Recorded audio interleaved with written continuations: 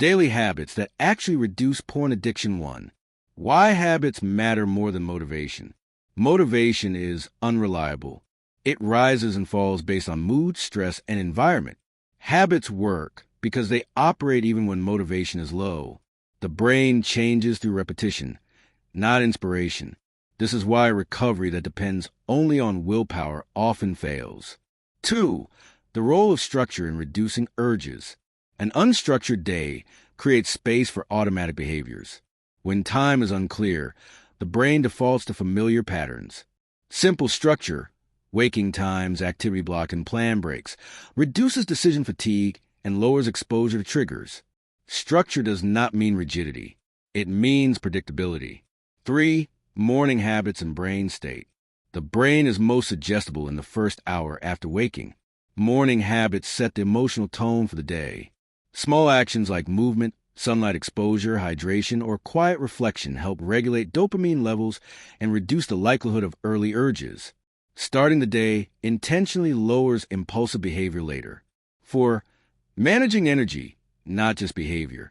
Many relapses happen due to exhaustion, not desire. Low sleep, poor nutrition, and mental overload weaken impulse control. Recovery improves when energy is managed deliberately.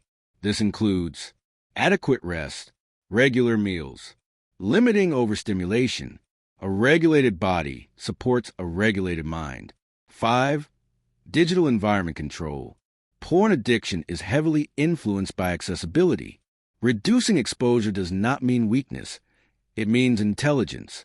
Adjusting phone settings, limiting private browsing, and reducing social media triggers lowers the number of urges the brain has to fight.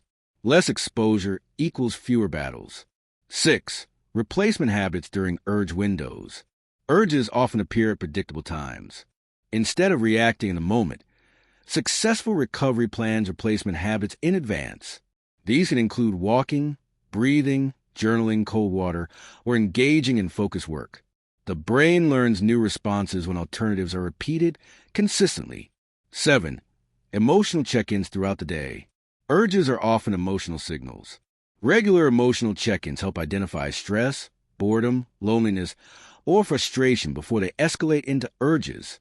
Naming emotions reduces their intensity and decreases the need for escape behaviors.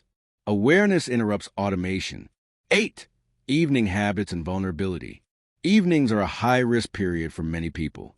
Fatigue, isolation, and screen time combine to lower resistance. Evening routines that involve winding down intentionally reduce exposure to triggers and protect impulse control. What happens before sleep affects the next day's resilience. 9. Consistency over perfection. No habit works perfectly every day. Recovery strengthens when consistency is prioritized over intensity. Small, repeatable actions create more change than occasional extreme efforts. Progress comes from showing up, not pushing harder. 10. Habits as identity builders. Over time, habits change self-perception. When healthy actions are repeated, the brain begins to see them as part of identity rather than effort. This reduces internal conflict and makes recovery feel more natural. Identity shifts through behavior. 11. When habits feel boring or useless. Boredom is a sign that the brain is adapting. When stimulation decreases, normal life can feel flat temporarily. This phase passes as the brain recalibrates reward systems. Patience during this stage prevents relapse. 12. Preparing for the next stage.